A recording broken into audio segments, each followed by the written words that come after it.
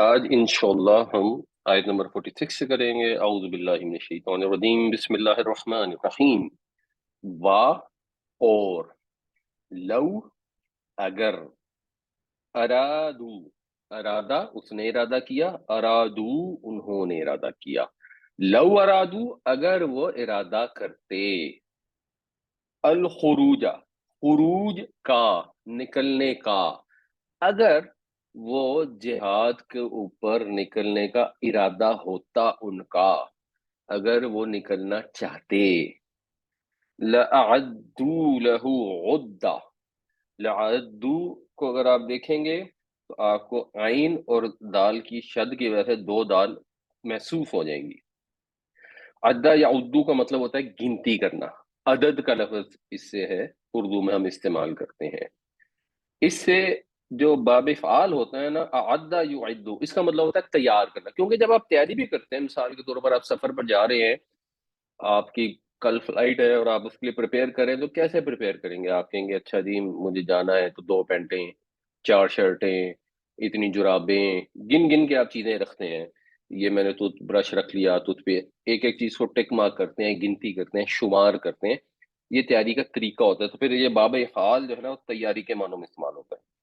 تو اعد اس نے تیاری کی، اعدو ان سب نے تیاری کی، کیونکہ پیچھے لو آیا تھا تو لو کی وجہ سے یہ ہو جائے گا اگر وہ خروج کا ارادہ رکھتے تو تیاری کرتے، یعنی یہ شرط ہو گئی، یہ جواب شرط ہو گئی۔ اور عدت تن یا عدتن جو ہوتا ہے، یہ تیار کی گئی چیز کو کہتے ہیں، سامان تیاری کو کہتے ہیں، یعنی جو آپ کا سامان آپ نے تیار کیا۔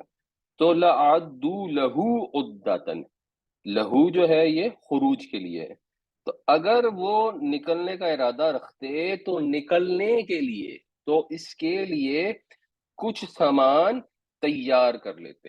اگر نیت ہوتی تو کچھ نہ کچھ تو کرتے نا، یہ تھوڑی ہوتا کہ آرام سے گھر میں بیٹھے رہے ہیں اور آگے بہانے کر دیے کہ میری بیوی بیمار ہے، میرا بچہ بیمار ہے، میں خود بیمار ہوں، مجھے یہ مسئلہ ہے، مجھے وہ مسئلہ ہے، جس کے لیے انگریزی میں ایک محاورہ استعمال ہوتا ہے کہ action speak louder than the words.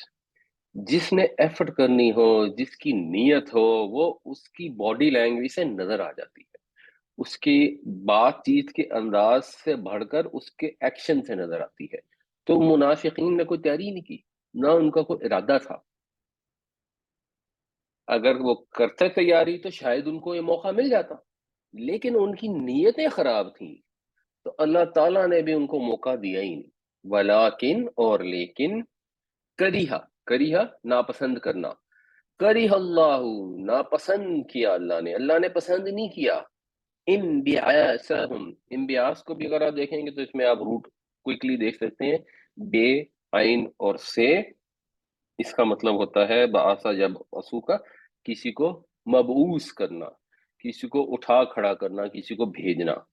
اور جو باب انفعال ہے، کرانے کو کرنے میں لے جاتا ہے، جیسے باب افعال کرنے کو کرانے میں لے جاتا ہے، خرجہ وہ نکلا، اخرجہ اس نے نکالا، یہ الٹ کرتا ہے، بعثا اس نے بھیجا، انبعثا وہ نکلا، وہ اٹھا، وہ روانہ ہوا۔ اور پھر جو مصدر ہے اس کا وہ ہے انبعاث، یعنی اٹھنے کا عمل۔ تو اللہ نے پسند نہیں کیا ان کے انبعاث کو، ان کے اٹھنے کو۔ جب اللہ نے پسند نہیں کیا، فثبتہم، تو اس نے ان کی تثبیت کر دی، یہ سے، بے اور توئیں، اس کا مطلب ہوتا ہے ثبت یثبتو کا، کسی کو روک دینا۔ اور پھر باب تخیل سے جب آتا ہے ثبت یثبتو، بالکل ہی روک دینا، قطعی طور پہ روک دینا، ہلنے نہ دینا۔ تو اللہ نے ان کو ہلنے نہیں دیا، اللہ نے ان کو بٹھا دیا۔ وقیلا، قالا اس نے کہا، کیلا پیسے اور کہا گیا ان سے کہہ دیا گیا، یعنی یہ زبان حال سے ہے، یعنی عملاً یہ ہوا۔ زبانی تو ان کو یہی کہا گیا کہ نکلو، انہوں نے بہانے مارے، ان کو اجازت دے دی گئی کہ ٹھیک ہے تمہارے بہانے ہم نے مان لیے۔ نبی کریم صلی اللہ علیہ وسلم نے اپنی اخلاق اور اپنی مروت اور اپنے حسن سلوک کے باعث، حیا کی وجہ سے کہ ایک آدمی آ کے مجھے کہہ رہا ہے، میں سے تم جھوٹ بول رہے ہو، حضور کو اندازہ تو تھا منافقین کا، مگر آپ نے نہیں یہ فرمایا. لیکن ایکچولی کیا ہوا کہ اللہ تعالیٰ نے پریکٹیکلی ان کو یہ کہہ دیا، اقعدو، قادہ بیٹھنے کو کہتے ہیں، جو نماز میں ہم بیٹھتے ہیں اسے بھی قادہ کہتے ہیں. اقعدو، بیٹھے رہو، مع القائدین، بیٹھنے والوں کے ساتھ. جاؤ، مثال کے طور پہ بچوں نے گھر بیٹھنا ہے، عورتوں نے گھر بیٹھنا ہے، یہ تو طے تھا. عورتوں پر تو جہاد فرض نہیں کیا گیا تھا، بچوں پہ تو بلکہ فرض یا ڈیزائربل بھی نہیں تھا. تو جو وہ بیٹھے ہوئے، تم بھی جاؤ، عورتیں بن کے گھر میں بیٹھ جاؤ. وَلَوْ أَرَادُوا الْخُرُوجَ لَعَدُّوا لَهُ عُدَّةً وَلَكِنْ كَرِهَ اللَّهُ بِعَاثَهُمْ فَثَبَّتَهُمْ وَقِيلَ اقْعُدُوا مَعَ الْقَاعِدِينَ. اور اگر وہ نکلنا چاہتے تو کچھ نہ کچھ سامان کر لیتے، لیکن اللہ نے پسند ہی نہیں کیا ان کے اٹھنے کو، ان کو بٹھا دیا اور کہہ دیا گیا کہ جاؤ، بیٹھنے والوں کے ساتھ جا کر بیٹھو. جب جہاد کا جذبہ نہیں تھا، نیت نہیں تھی، تو اللہ تعالیٰ بھی موقع نہیں دیتا. پھر اللہ تعالیٰ بھی اس کے نصیب میں یہی لکھ دیتا ہے کہ رہو. یہ وہ موقع تھا جب ایک سپر پاور سے جنگ ہو رہی تھی. جنگ کرنے کون جا رہا تھا؟ اللہ کے رسول، آخری رسول، جن کے بعد کسی نبی رسول نے آنا نہیں تھا، وہ جنگ پر جا رہے تھے. اتنی امپورٹنٹ مہم تھی، اس میں جنہوں نے بہانے بنائے ان کو توفیق نہیں ملی. جو اس سفر میں شامل ہوئے وہ کتنے مبارک تھے، کتنے بابرکت تھے. جن کی نیتیں خراب تھی، اللہ نے انہیں توفیق ہی نہیں دی. اللہ تعالیٰ ہمیں بھی توفیق دے کہ ہم اپنی نیتیں درست رکھیں، اور جو بھی اللہ تعالیٰ کی ریکوائرمنٹ ہے ہم سے، نبی کریم صلی اللہ علیہ وسلم کی جو ریکوائرمنٹ ہے اس پہ پورا اترنے کے لیے ہمارے میں استطاعت ہو، اللہ کی توفیق ہو، اور اللہ تعالیٰ نیت عطا کرے. لو خرجو، اگر وہ نکلتے، فیکم، تم میں، خرجہ وہ نکلا، خرجو وہ سب نکلے. لو خرجو، اگر وہ نکلتے، فیکم تم میں، یعنی اگر وہ تم میں شامل ہو کر نکل پڑتے، ما زادوکم الا خبالا. ماں کے تین مطلب ہوتے ہیں، کیا، نہیں، جو. اللہ اگر آگے آ جائے تو پھر ماں کا مطلب ہوتا ہے نہیں، اور بیسیکلی یہ بن جاتا ہے حسر کا کلمہ. یعنی لفظ ترجمہ یہ ہوگا کہ وہ نہ زیادہ کرتے، زیادہ اس نے زیادہ کیا، زادو پلورل ہے، نہ وہ زیادہ کرتے تمہیں، الا خبالن. خبل کا ویسے مطلب ہوتا ہے دماغ خراب کرنا، اور خبال کا مطلب ہوتا ہے جس کو ہم کہیں گے، اردو میں کہتے ہیں پراگندگی، انگریزی میں اسے کہیں گے انڈیسیسیو، کنفیوز. تو وہ کنفیوژن ہی بڑھاتے تمہاری، وہ تمہارے میں خرابی ہی پیدا کرتے. تو اگر وہ تم میں نکلتے تو نہ وہ زیادہ کرتے تمہیں مگر خرابی میں. مطلب یہ کہ وہ تمہاری خرابی ہی بڑھاتے، تمہاری کنفیوژن ہی بڑھاتے. وَلَأَوْدَعُوا خِلَالَكُمْ يَبْغُونَكُمُ الْفِتْنَةَ. لَأَوْدَعُوا، لَأَوْدَعُوا جو ہے یہ ہے واو ضاد اور عین سے. وضع کا مطلب تو خیر کسی چیز کو رکھنا بھی ہوتا ہے اور تیز چلنا بھی ہوتا ہے، تو اس سے پھر جب باب افعال بنے گا اس کا مطلب بنے گا تیز چلانا، دوڑانا. تو وہ تیز دوڑتے، تیز دوڑاتے، بھاگ دوڑ کرتے. خلال جو ہے یہ خلا یا خلال ایک گھاس کو کہتے ہیں، اور یہ اردو والا جو خلال ہے نا، یہ اس کے والا لفظ ہے جو کسی چیز میں سوراخ کرنا، کسی چیز کے درمیان ہونا. اور خلیل پھر اسی سے ہے کہ ایسا دوست جو بہت ہی انٹروائنڈ ہو، جس کے ساتھ آپ بالکل، جس کو کہتے ہیں یک جان دو قالب ہو گئے. تو خلالکم، تمہارے درمیان. تو وہ بھاگ دوڑ جو کرتے وہ تمہارے درمیان کرتے، کس لیے؟ یبغونکم، بغا یبغی، کسی چیز کی تلاش کرنا، کسی چیز کو بہت زیادہ چاہنا. تو تلاش کرتے ہوئے تمہارے اندر الفتنہ، فتنے یعنی فتنہ انگیزی کرنے کے لیے. تو اگر وہ تمہارے ساتھ شامل بھی ہو جاتے تو خرابی ہی ہوتی تمہارے لیے. وہ جو بھی بھاگ دوڑ ہوتی وہ فتنہ انگیزی کے لیے ہوتی. یہ منافقین کا طرز عمل تھا، کیونکہ ان کو مسلمانوں سے کوئی محبت نہیں تھی، بلکہ ان کے، جس کو کہتے ہیں نا اردو کا محاورہ، کے سر پہ چٹی پڑی ہوئی تھی کہ اب کیا کریں، مجبوراً مسلمان ہونا پڑا ہے، بیوی بچے مسلمان ہو گئے ہیں، سارا قبیلہ مسلمان ہو گیا ہے تو اب ہم مسلمان نہیں ہوں گے تو مارے جائیں گے، اور اب سورۃ توبہ تو جب نازل ہوئی تو ویسے ہی مشرک ہونے کی اجازت ہی نہیں تھی. مسلمان تو ہو گئے ہیں لیکن اندر سے گھبراہٹ اور نفرت اور غصہ کہ یہ کیا اللہ کے رسول نے آگے ہمیں کس مصیبت میں ڈال دیا، نعوذ باللہ. تو اب جب بھی ان کو موقع ملتا وہ یہی حرکتیں کرتے اور آگے بھی یہی کریں گے. تو ایک طرح سے اللہ تعالیٰ نے فرمایا کہ تمہاری بچت ہی ہوئی اس میں. جیسے اگر آپ کو یاد ہو غزوہ احد میں جب نبی کریم صلی اللہ علیہ وسلم باہر نکلے، 1,000 کا لشکر تھا. اس 1,000 کے لشکر میں سے 300 لوگ عبداللہ بن ابئی کے ساتھ مل کر این کافروں کے سامنے کھڑے ہو کر وہاں سے فرار ہو گئے کہ جی ہم ناراض ہیں، ہم جا رہے ہیں. اور اگر وہ آئے ہی نہ ہوتے تو بہت بہتر سچویشن ہوتی. لیکن جب لشکر آ کے صفیں باندھ گئی ہوں اور اس کے بعد 30% آف دا لشکر کہے گا جی میں جا رہا ہوں، تو جو باقی کے لوگ ہیں ان کے بھی حوصلے ٹوٹ جاتے ہیں. اور ایکچولی یہی ہوا، اور قرآن میں اس کو ریفر بھی کیا گیا کہ اور بھی 2 گروہوں نے سوچا کہ اب ہم بھی بھاگ جائیں، اور اللہ نے پھر ان کے دل مضبوط کیے تو وہ رکے رہے. تو یہ جو منافقوں کی حرکتیں ہیں یہ اور زیادہ نقصان کرتی ہیں. تو اب ان کے لیے ایک طرح سے یوں سمجھیں کہ اللہ کی مصلحت یہ تھی کہ ان کو موقع ہی نہ ملے. انہوں نے بہانے کیے، حضور نے بہانے قبول کر لیے. اللہ تعالیٰ نے یہ فرمایا کہ آپ نے جو بہانے قبول کیے اس سے ان کو ایک چیز مل گیا، اگر آپ یہ بہانے قبول نہ کرتے تو یہ ایکسپوز ہو جاتے. ہاؤ ایور اللہ نے بھی ایکچولی پلان یہی کیا تھا کہ اب یہ نہ ہی نکلیں، اب یہ ذلیل ہی ہوں. دنیا میں کچھ حد تک ان کی ذلت ہوئی، دنیا میں کلیئرٹی نہیں ہے. جب نبی کریم صلی اللہ علیہ وسلم پر جو لوگ ایمان لائے اس میں یہ کوئی لسٹ نہیں بنی ہوئی اتھینٹک کہ جی یہ منافق عبداللہ بن ابئی کا، تو کیونکہ واقعات اتنے مشہور ہیں سب کو معلوم ہے. بٹ ایون غزوہ احد کے اندر جو 300 لوگ تھے ان 300 کی لسٹ تھوڑی بنی ہوئی ہے ایگزیکٹ جس میں اتھینٹسٹی ہو. اور یہ ایک امپورٹنٹ چیز اس لیے ہے کیونکہ ہمارے یہاں جو صحابی کی ڈیفینیشن کی جاتی ہے نا اس کے اندر منافقین بھی آ جاتے ہیں اور اس سے بڑی کنفیوژن پیدا ہوتی ہے، اور پھر سارا ہی جو ہے نا وہ سپاہ صحابہ اور مقام صحابہ اور عجیب و غریب مسائل پیدا ہوتے ہیں. اینی ویز تو یہ اللہ تعالیٰ کی طرف سے یہ اب ارادہ پلاننگ یہی تھی کہ وہ نہ ہی نکلیں. وفیکم اور تم میں ہے سماعون لہم. سمیع اسماء کا تو مطلب ہو گیا سننا، سین میم اور عین. اب جو فائل ہے وہ ظاہر سی بات ہے فاعل کے وزن پہ ہوگا تو وہ ہو جائے گا سامع. سامع ہو گیا سننے والا. اس سے ایک اور فائل ہوتا ہے جو فعال کے وزن پہ ہوتا ہے، جیسے قصاب ہوتا ہے، جیسے بزاز ہوتا ہے. جو بزاز ہوتا ہے کپڑا بیچنے والا، خیاط ہوتا ہے درزی. یعنی یہ جو پیشے ہوتے ہیں جس وزن پہ ہوتے ہیں نا، یعنی بہت زیادہ وہ کا حجام ہوتا ہے، جیسے جو بہت زیادہ حجامت کرتا ہے وہ حجام ہوتا ہے. تو جو بہت زیادہ سنے گا وہ سماع ہوگا، بہت ہی کان لگا کے سننے والا. تو تم میں ہے سماعون لہم، ان کی بہت زیادہ سننے والے. کیوں؟ اس لیے کہ جو منافق قسم کے لوگ ہوتے ہیں کسی بھی معاشرے میں کسی بھی زمانے میں یہ بہت چرب زبان ہوتے ہیں.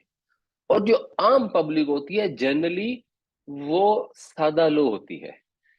جنرلی جو منافق نہیں ہوگا نا بہت چانس ہے کہ وہ سمپل ہوگا، سادہ لو ہوگا، جس کو ہم کہتے ہیں بھلا آدمی ہوگا. ایک آدمی آ کے اپنی کہانی شروع کرے گا تو وہ کہے گا کہ اچھا جی ٹھیک ہی کہہ رہے. تو بہت سارے لوگ ہیں جو ان کی فتنہ انگیزیوں کو سننے والے ہیں اور بہت زیادہ ان پر دھیان دینے والے ہیں، جس کی وجہ سے بہت جلدی لوگ کنفیوز ہو سکتے ہیں ان کی حرکتوں کی وجہ سے. اس کی جو ایک مثال ہے وہ گوئبلز جو ہٹلر کا تھا ایڈوائزر، وہ پروپیگنڈا کا بڑا ایکسپرٹ، یا جو ماڈرن پروپیگنڈا وارفیئر ہے اس کا ایک طرح سے بانی تھا. تو یہ کہتا تھا کہ جھوٹ اتنا بولو کہ لوگ اس کو سچ سمجھنا شروع کر دیں. اور یہ آپ آبزرو کریں، اگر کو پلان کر کے کسی کو ملائن کرنا چاہے. آپ کے دفتر میں ایک صاحب کام کرتے تھے، نوکری چھوڑ کے چلے گئے. آپ کو ایک آدمی کا فون آیا، انہوں نے کہا وہ جو عبد القدوس صاحب جو ہیں وہ جو اگلی کمپنی میں گئے ہیں نا وہاں پہ انہوں نے غبن کر دی. آپ کہیں گے یہ کیسے ہو سکتا ہے، عبد القدوس نے تمہارا تھا اتنا اچھا کام کیا، وہ تو اتنا نیک شریف آدمی تھا، نمازی پرہیزگار تھا، ایماندار تھا، ہم نے اس پہ کئی دفعہ رائے گیا، اس نے کبھی کو پیسوں کا ہیر پھیر نہیں کیا. تھوڑی دیر پتہ لگتا ہے کہ ایک اور آدمی آپ کا ملنے کے لیے آ جاتا ہے. وہ کہتا ہے وہ جی عبد القدوس جو ہے نا ثابت ہو گیا کہ اس نے غبن کیا، بڑا ہی 2 نمبر۔ آپ کہیں گے اچھا، بڑی حیرانی کی بات ہے، ہمیں تو اندازہ نہیں تھا کہ ایسا ہوگا۔ اب تیسرا بندہ ایک اور آپ کو جب کہے گا نا کہ عبد القدوس نے غبن کیا ہے، تو چوتھے کو کہنے کی نوبت نہیں آئے گی، آپ اس کو کہنا شروع کر دیں گے کہ ہاں جی عبد القدوس بڑا 2 نمبر اور بڑا بے ایمان آدمی۔ جب لوگ ایک چیز کو بار بار کہنا شروع کرتے ہیں تو جو نارمل لوگ ہیں وہ اس سے انفلوئنس ہو جاتے ہیں۔ یہ اب ان کی سادہ لوہی کی بات ہو رہی ہے، یہ نیچرل ہے، اس میں یہ نہیں ہے کہ جو حضور کے سچے ساتھی ہیں ان میں برائی ہے، کمزوری کہہ لیں، سادہ لوہی ایک لحاظ سے کمزوری ہے، انسان میں اسکل ہونی چاہیے کہ جو بھی بات کرتا ہے اس کو غور سے سنیں، اس کو انالیسس کرے، اس پہ فٹافٹ کوئی ریئیکشن بھی نہ دے، اور فٹافٹ اس کی بیس کے اوپر کو اپنا اوپینین بھی فارم نہ کر لے۔ چیزوں کو غور کرنا چاہیے، سمجھنا چاہیے۔ اس زمانے میں بھی منافقین تھے، آج کے دور میں بھی منافقین ہیں، تو جب لوگ آ کے کسی کی غیبتیں کریں، اسی وجہ سے غیبتیں منع بھی ہیں، یا کوئی بھی اپنی کہانی پیش کریں کہ ہمیں یہ ہو گیا، وہ ہو گیا، فلان ہو گیا، تو ہر چیز کو ماننے اور سمجھنے کی، سچ سمجھنے کی ضرورت نہیں ہے۔ کسی پہ بے وجہ جھوٹ بھی نہیں کسی کو کہنا چاہیے کہ تم جھوٹے ہو، بٹ ایک اپنا انالیسس انڈرسٹینڈنگ ہو تو بہتر ہے۔ واللہ علیم بالظالمین، اور اللہ تعالیٰ خوب واقف ہے ظالموں سے۔ اور یہ ظالم جو ہے کس پر ظلم کر رہے ہیں، یہ ہم پہلے دیکھ چکے ہیں، یہ اپنے آپ پر ظلم کر رہے ہیں، یہ کسی اور کے اوپر ظلم نہیں کر رہے۔ جب ظلم کرتے ہیں تو اپنی جانوں کے اوپر ہی ظلم کرتے ہیں۔ لو خرجوا فيكم ما زادوكم الا خبالا ولأودعوا خلالكم يبغونكم الفتنة وفيكم سماعون لهم والله عليم بالظالمین۔ اگر یہ نکلتے تم میں شامل ہو کر تو تمہاری خرابی بڑھانے کا ہی باعث ہوتے، اور تمہارے درمیان ان کی ساری بھاگ دوڑ فتنہ انگیزی کے لیے ہوتی، اور تم میں ان کی سننے والے بھی ہیں، اور اللہ تعالیٰ ظالموں سے خوب باخبر ہے۔ لقد، لام دو ہو گیا ایمفسس کے لیے، قد جو ہے یہ پرفیکٹ کرنے کے لیے آتا ہے، پاسٹ کو past perfect. the train arrived، گاڑی پہنچی، یہ ماضی ہو گیا، but the train has arrived یا train had arrived یہ اس کو پرفیکٹ کر دیتا ہے، یہ گاڑی پہنچ چکی تھی، پکی پکی بات ایک طرح سے ہو جاتی ہے۔ تو اسی لیے بعض اوقات وہ جب اس کا ترجمہ کرتے ہیں تو تحقیق کر دیتے ہیں، بٹ چکے ہیں سے یہ بہتر مفہوم ادا ہو جاتا ہے۔ دب تغو، وہ تلاش کر چکے، کیا تلاش کر چکے؟ الفتنہ تھا، فتنہ، اور ایکچولی یہ یہاں پر جزم تھی، مگر کیونکہ ابھی آگے جڑنا تھا اس وجہ سے اس کے اوپر ایک پیش آگے جڑ گئی، ورنہ یہاں پیش نہیں ہوتی۔ لَقَدْ دِبْ تَغَوُ الْفِتْنَةَ، وہ تو کوشش کر چکے ہیں فتنہ انگیزی کی، من قبل، اس سے پہلے، یعنی اس سے پہلے بھی انہوں نے حرکتیں کی ہیں، جیسے غزوہ احد کی مثال ہے، اور بھی غزوات کی مثالیں ایسی موجود ہیں۔ وَقَلَّبُوا لَكَ الْأُمُورَ، قلبو جو ہے یہ قاف لام بے سے ہے، جس سے دل بھی ہوتا ہے، اس کا مطلب ہوتا ہے کسی چیز کو الٹ پلٹ کرنا، اور پھر باب تفعیل بن جائے گا، قلبا یقلبو، بہت زیادہ کسی چیز کو پلٹنا، بار بار پلٹنا، الٹ پھیر کرنا۔ تو انہوں نے تمہارے لیے الٹ پھیر کی، کس چیز کی؟ الامور، معاملات کی، یعنی انہوں نے معاملات تمہارے لیے بہت زیادہ آگے پیچھے کیے، واقعات کی صورت بدلی، جس کو یوں کہہ لیں کہ بات کچھ بھی نہیں ہوتی تھی اور اس سے بتنگڑ بنا دیتے تھے اور ایک فتنہ پیدا کر دیتے تھے، جو ہم سورہ نور میں انشاءاللہ پڑھیں گے کہ واقعہ ہوا ایک کہ حضرت عائشہ کا ہار کھو گیا، ام المومنین ہماری ماں ہار کو ڈھونڈنے کے اندر لگ گئیں، وہیں شاید ان کو کہیں نیند آ گئی اور لشکر جو ہے وہ نکل گیا، قافلہ نکل گیا، جو بھی لشکر تھا اپیرنٹلی۔ تو اب پیچھے سے ایک صحابی آ رہے تھے جو اگر کوئی سامان پیچھے رہ جاتا تھا تو اس کو آئیڈینٹیفائی کرتے تھے۔ آپ کی آنکھ کھلی تو آپ نے دیکھا جا چکا ہے، آپ اپنے سر کے اوپر، اپنے منہ پر وہ گھونگھٹ ڈال کے آپ بیٹھ گئی۔ تو وہ جب آئے صحابی، انہوں نے دیکھا کہ ام المومنین تشریف فرمائے، انہوں نے آپ کو اونٹ پر بٹھایا اور لے کر مدینہ میں آ گئے۔ اب منافقین جو بھی اللہ نے ان سے جہنم میں سلوک کرنا ہے، انہوں نے اس سے فائدہ اٹھایا اور انہوں نے اس سے کہانی بنانی کر دی، جو واقعہ افق کے نام سے پھر پورا واقعہ ہے اور قرآن شریف میں آتا ہے۔ تو کچھ بھی بات نہیں تھی، اس کو ایسی واقعات کی صورت بدلی کہ لوگ کنفیوز ہو گئے۔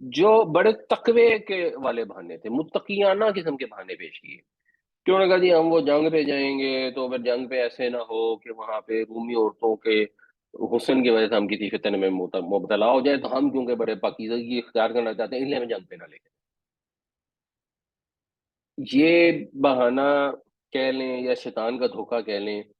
کچھ لوگوں کو ہوتا ہے کہ دیکھیں جی میں نماز تو نہیں پڑھتا، اور اب مجھے میرے دوست نے کہا نماز پڑھ لو، تو نہیں نہیں میں نے تو نہیں پڑھنی، اگر میں دوست کے کہے پہ نماز پڑھوں گا تو یہ تو ریاکاری ہو جائے گی، یہ تو فتنہ ہو جائے گا، نماز تو اللہ کے لیے پڑھی جاتی ہے.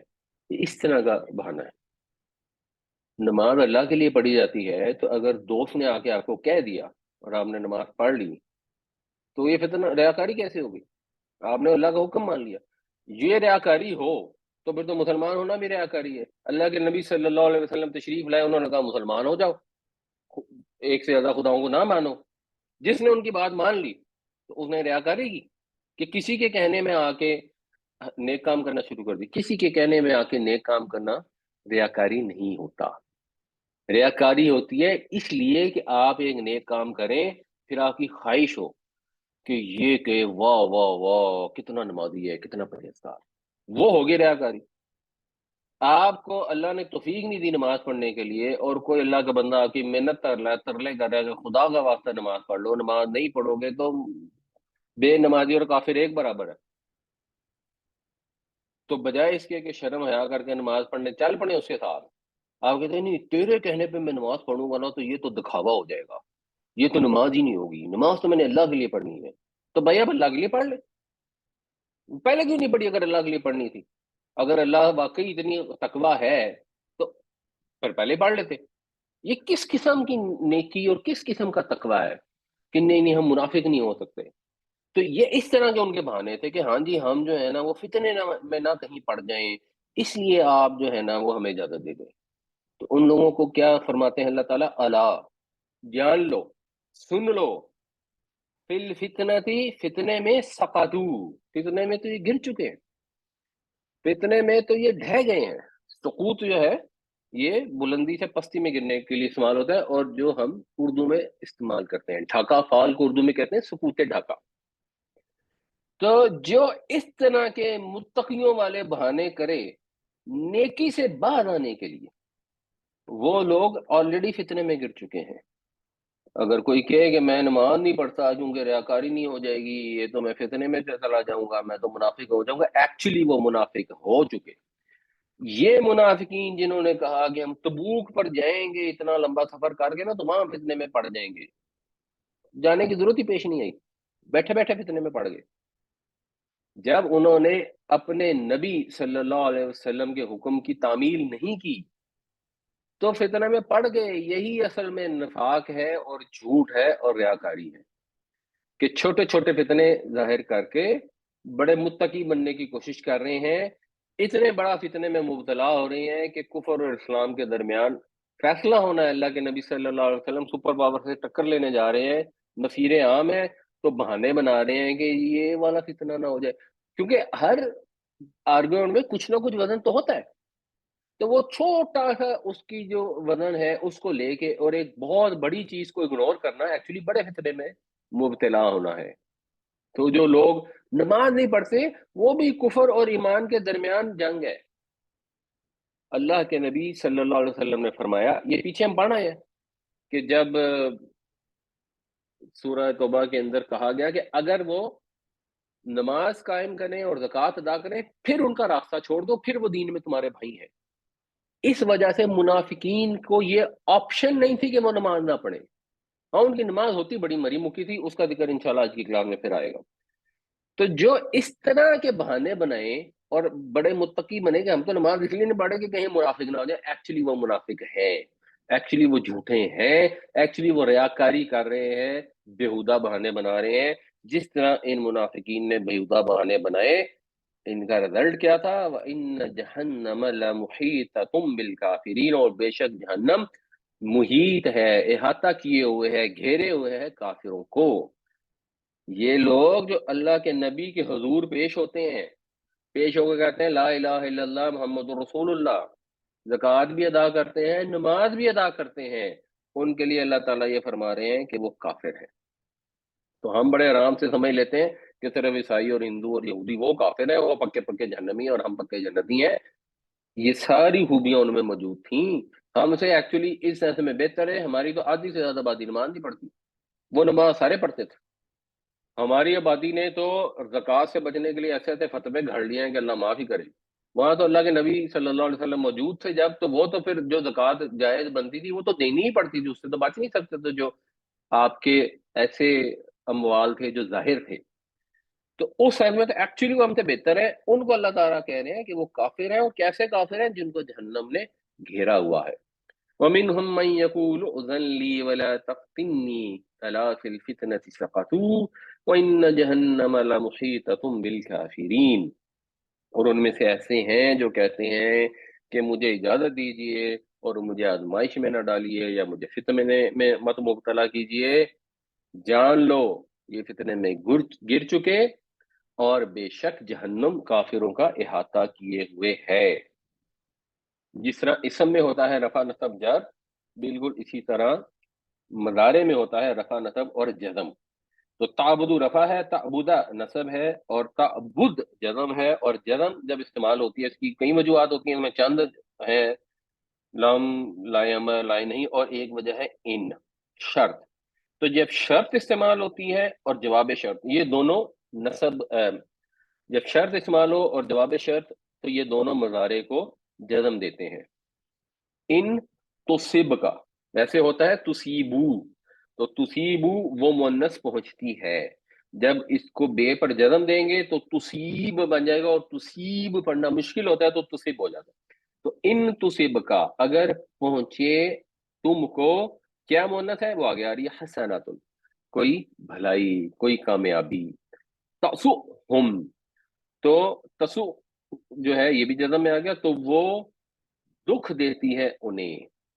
ساء یسوء کا مطلب ہوتا ہے کسی چیز کا برا لگنا، تو برا لگتا ہے انہیں، یعنی تمہیں جب غزوہ بدر میں فتح نصیب ہوئی اور مال غنیمت لوگوں کو ملے تو ان کو دکھ ہوتا ہے۔ اصل میں یہ تمہارے دشمن، اصل میں ان کو اندر سے حسد ہے، جلن ہے، غصہ ہے کہ ہمارے بندے ہمیں یہ کام سارے کرنے پڑ رہے ہیں جو ہم کرنا نہیں چاہتے تھے۔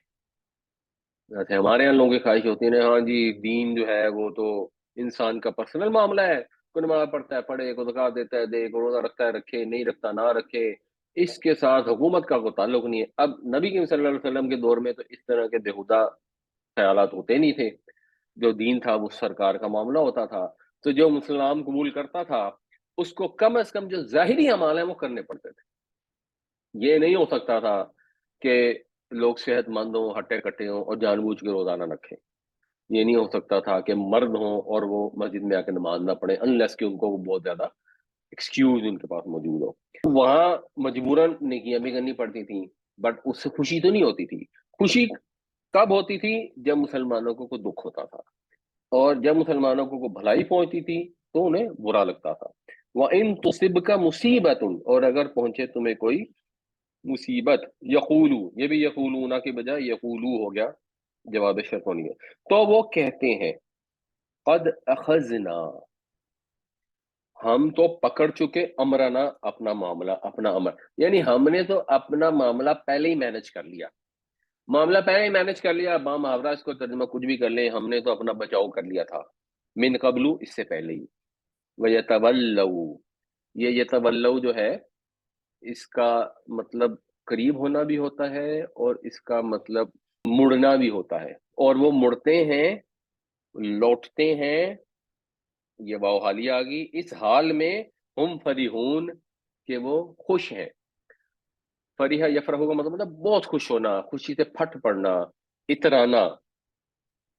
تو جب مسلمانوں کو کوئی تکلیف پہنچتی ہے، جیسے کوئی شہید ہو گئے غزوہ احد میں، جیسے ایک ٹیمپریری لوگوں کو ڈیفیٹ ہو گئی تھی مسلمانوں کو، تو اس کے اوپر پھر یہ بہت تالیاں بجاتے ہیں کہ اچھا جی ہم تو بچ گئے، شکر ہے ہم تو نکل آئے۔ وہ ان کا طرز عمل اس طرح کا ہے کہ مسلمانوں کے غم پر انہیں خوشی ہوتی ہے، اور مسلمانوں کو جب کوئی کامیابی ملتی ہے تو انہیں دکھ ہوتا ہے۔ ان تصبک حسنۃ تسؤہم، وَإِن تُصِبْكَ مُصِيبَةٌ يَقُولُوا قَدْ أَخَذْنَا أَمْرَنَا مِنْ قَبْلُ وَيَتَوَلَّوْا وَهُمْ فَرِحُونَ۔ اگر کوئی پہنچتی ہے بھلائی تم لوگوں کو تو انہیں برا لگتا ہے، اور اگر پہنچتی ہے کوئی آفت، کوئی مصیبت تم کو، تو یہ کہتے ہیں کہ ہم نے تو پہلے ہی اپنا بچاؤ کر لیا، اور لوٹتے ہیں خوش ہو کر، مگن ہو کر۔ قل، کہہ دیجئے، لن یصیبنا، ہرگز نہیں پہنچتی ہمیں۔ لن جو ہے یہ نسب دیتا ہے، اس لیے یصیبو سے یصیبہ ہو گیا۔ ہرگز نہیں پہنچتی ہمیں، الا ما كتب اللہ لنا، سوائے اس کے جو لکھ دی ہے اللہ نے ہمارے لیے۔ بھائی ہمیں تو وہی چیز پہنچے گی جو اللہ نے ہمارے لیے لکھ دی ہے۔ اگر اللہ نے ہمارے لیے کوئی مصیبت لکھی ہے تو مصیبت آ جائے گی، ہم اپنی کوشش کریں گے اسباب کے لحاظ سے اس سے بچنے کی، بس اس سے اوپر ہم کچھ نہیں کر سکتے۔ اگر اللہ نے لکھ دیا ہے، اللہ کو وہی منظور ہے، تو پھر ہم کچھ نہیں کر سکتے۔ ہوا مولانا، وہ ہمارا مولا ہے، وہ ہمارا کارساز ہے۔ وعلی اللہ فلیتوکل المؤمنون، اور اللہ پر ہی چاہیے کہ مومن توکل کریں۔ مطلب یہ کہ انسان جو کام کرے گا وہ اس کا بھروسہ اپنی قوت پہ نہیں کر سکتا، اس کا بھروسہ حضرت علی پہ نہیں کر سکتا۔ وہ یہ نہیں کہہ سکتا کہ علی مولانا ہے، علی ہماری مدد نہیں، ہوا مولانا، اللہ ہمارا مولا ہے۔ ایک ویسے اس میں لوگوں کو کنفیوژن ہو جاتی ہے بعض اوقات، ایک وہ حدیث ہے جس میں الفاظ آتا ہے نا، من کنت مولاہ، من کنت مولاہ فعلی مولاہ، جس کا میں مولا اس کا علی بھی مولا۔ تو مولا کے لفظ کے ایکچولی بہت سارے مطلب ہوتے ہیں، تو اب کانٹیکٹ سے آئیڈیا ہوتا ہے کہ کیا مطلب ہے۔ کیا اس کا مولا کا مطلب کارساز ہو سکتا ہے؟ تو وہ نہیں ہو سکتا، اسی وجہ ہے کہ قرآن میں تو ہر جگہ یہ بتایا گیا، انت مولانا فانصرنا علی القوم الکافرین، ہمارا مولا تو صرف اللہ ہی ہے۔ یہاں پہ بھی یہی بتایا جا رہا ہے کہ اللہ ہی مولا ہے، اللہ پر ہی بھروسہ کر سکتے ہیں۔ تو جو لوگ حضرت علی کو پکار کر ان پر بھروسہ کرتے ہیں وہ تو اس آیت کے خلاف کرتے ہیں نا، یہ تو بیسک سمپل کامن سینس ہے۔ اب وہ مولا کا مطلب کیا تھا؟ وہ مولا کا مطلب ایک ہوتا ہے دوست، محبوب، اس کا مطلب تھا کہ جس کو مجھ سے محبت ہے اس کو علی سے بھی محبت ہوگی۔ یہ کیوں کہا گیا؟ یہ اس لیے کہا گیا کہ نبی کریم صلی اللہ علیہ وسلم کو معلوم تھا کہ حضرت علی جو ہے وہ فتنوں کے دور میں خلیفہ بنیں گے، بہت زیادہ فتنہ ہوگا، آدھی حکومت ان سے چھن جائے گی، لوگ ان کے مخالف ہوں گے، جنگوں میں حصہ لینا پڑے گا، جس میں جنگ جمل بھی تھی، جنگ صفین بھی تھی، اور پھر حضرت علی کی جو اولاد ہے امام حسن اور امام حسین رضی اللہ تعالیٰ عنہما، ان دونوں کو اوپر جو مصائب آئیں گے، اور لوگ بھی کون ہیں؟ نبی کے جگر کے ٹکڑے۔ تو وہ حضور نے اپنی امت کو پہلے سے وارن کیا کہ علی سے محبت رکھو، اگر مجھ سے محبت رکھتے ہو، جب آزمائش کا موقع آئے گا تو علی کے ساتھی بننا۔ اس کا مطلب ایک ایکسٹریم میں لوگ لے جاتے ہیں، اس کو اگنور ہی کر دیتے ہیں، جنہوں نے علی کی مخالفت کی ان کو بھی جسٹیفائی کرنے کی کوشش کرتے ہیں، اللہ معاف کرے، لوگ تو بس یزید کو بھی جسٹیفائی کرنے کی کوشش کرتے ہیں۔ اور دوسری ایکسٹریم یہ ہے جو شیعوں نے کر دی کہ علی کو مولا ہی بنا دیا، جو یہ والا مولا ہے۔ تو یہ والا مولا تو اللہ کے سوا کوئی نہیں ہے۔ قل لن یصیبنا الا ما كتب اللہ لنا هو مولانا وعلى اللہ فلیتوکل المؤمنون، کہہ دیجئے ہمیں تو صرف وہ چیز پہنچے گی جو اللہ نے ہمارے لیے لکھ رکھی ہے، وہ ہی ہمارا مولا ہے، اور اللہ پر ہی اہل ایمان کو بھروسہ کرنا چاہیے۔ اور اہل ایمان کو نہ تو حضرت علی پر بھروسہ کرنا چاہیے، نہ اپنی قوت بازو پہ بھروسہ کرنا چاہیے، اپنی ایفرٹ پوری ڈالنی چاہیے، اسباب پورے اختیار کرنے چاہیے، سکل سیکھنی چاہیے، مسلسل اسٹریٹجی بنانی چاہیے، سارا کچھ کرنا چاہیے۔ یہ ایک دوسری ایکسٹریم ہے کہ انسان کچھ بھی نہ کرے، جی میں تو اللہ پر توکل ہے، اور ہاتھ پاؤں چھوڑ کے بیٹھ جائیں کہ دشمن کی توپوں میں کیڑے پڑیں۔ نہیں، اپنی پوری ایفرٹ کرنی ہے، لیکن آخری بھروسہ اللہ کی ذات پر کرنا ہے۔ ہر لحظے، ہر سٹیج کے اوپر اللہ سے دعا مانگنی چاہیے کہ یا اللہ ہمیں ایفرٹ کی توفیق دی تو نے، اب اس کو کامیاب بھی فرما۔ اور ہر وقت دینی لحاظ سے بھی یہ دعا مانگتے رہنے چاہیے، جو قرآن شریف میں آتی ہے ربنا لا تزغ قلوبنا بعد اذ ہدیتنا، ہماری خوش قسمتی کہ ہم مسلمانوں کے گھر میں پیدا ہو گئے، اس کا یہ مطلب نہیں ہے کہ ہمارے دلوں میں ٹیڑھ پیدا نہیں ہو سکتی، شیطان ہمیں بہکا نہیں سکتا، ہمیں کانفیڈنٹ ہونا چاہیے، لیکن بھروسہ اللہ پہ ہی کرنا چاہیے، اللہ سے دعا کرنی چاہیے کہ یا اللہ تعالی ہمیں بہکنے سے محفوظ فرما۔ قل کہہ دیجئے، حل تربصون، اچھا یہ حل کا ویسے مطلب ہوتا ہے کیا، لیکن اگر آپ یہاں پر بھی دیکھیں گے تو آگے الا آ رہا ہے، تو پھر یہ بھی نہیں کے معنوں میں چلا جائے گا، اور با محاورہ ترجمہ اس کا بھی حسر والا ہوگا۔ تو پہلے لفظی ترجمہ کرتے ہیں، نہیں تربصون، ربصا کا مطلب ہوتا ہے کسی چیز کے طاق میں رہنا، اور پھر اسے جو باب تفاعل ہے تربصا یا تربصو، اس کا مطلب ہوتا ہے انتظار کرنا، متوقع ہونا، نہیں تم متوقع بنا، یہ بنا ایسے جہاں بکم ہے تو کم ہے یا نہ، پھر تربصا کے ساتھ بے کا صلہ آ گیا کہ نہیں تم متوقع ہمارے بارے میں مگر احدل حسنیین، احدا ہو گیا ایک، حسنیین جو ہے جیسے والدین ہوتا ہے تو یہ حسنہ کی تسنیہ ہے، دو حسنہ میں سے ایک کے، یعنی تم تو بس متوقع ہو ہمارے لیے دو بھلائیوں میں سے ایک بھلائی کے، دو بھلائیوں میں سے ایک بھلائی کون سی، یعنی پیچھے ذکر گزرا کہ یا تو مسلمانوں کو ملے گی کامیابی، اور یا کوئی تکلیف آ جائے گی، کوئی مصیبت آ جائے گی، بٹ مومن اس کو کیسے لیتا ہے؟ منافق تو یہ دیکھ رہا ہے کہ کفر اسلام کی کشمکش ہے، وہ بڑے عقل مند بن کے سائڈ پہ ہو کے بیٹھے ہیں، نہ ادھر ہیں نہ ادھر ہیں، دو کشتیوں کے سوار ہیں، دیکھتے ہیں کہ نبی کریم صلی اللہ علیہ وسلم کے اصحاب فتح یاب ہو کے آ جائیں گے تو ہم فوراً جا کے کہیں گے او جی ہم تو اپنے مجبور سے ہم آ نہیں سکے، ہم تو آپ کے ساتھی ہیں، اور اگر وہ ان سے خدا نخواستہ انہیں ڈیفیٹ ہو گئی تو کوئی بات نہیں، ہم خوشیاں منائیں گے کہ چلو جی شکر ہے ہم بچ گئے، ہم نہیں گئے۔ مومن اس کو کیسے دیکھتا ہے؟ مومن یہ کہتا ہے کہ اگر تو ہم فتح یاب ہو کے آ گئے تو ہم غازی، ہم کامیاب، یہ تو ظاہر ہے سب کو پتا ہے، لیکن اگر ہمیں وہاں ڈیفیٹ بھی ہو گئی، اگر ہم مارے بھی گئے، اگر ہم نے اپنی جانیں دے بھی دی، تب بھی ہم کامیاب ہیں، کیونکہ مومن کی جو کامیابی اور ناکامی یہ نہیں ہے کہ اس کو مال غنیمت ملا کہ نہیں ملا، اس کو دوسرے ملک کے اوپر فتح حاصل ہوئی یہ نہیں ہوئی، اس کا مقصد تو اللہ کی رضا ہے، اس نے تو یہ دیکھنا ہے کہ اس نے اللہ کے کلمے کو بلند کرنے کے لیے اپنی پوری ایفرٹ کی یا نہیں کی، شہادت ہے مطلوب و مقصود مومن، نہ مال غنیمت نہ کشور کشائی، وہ مطلوب ہی نہیں ہے، مطلوب اگر وہ فتح حاصل کر بھی لے اور اس کی نیت اللہ کی خاطر نہیں ہے تو وہ بیکار ہے، اس کو کوئی فائدہ نہیں ہے، لیکن دنیاوی اعتبار سے لوگ سمجھیں یہ تو فیل ہو گیا،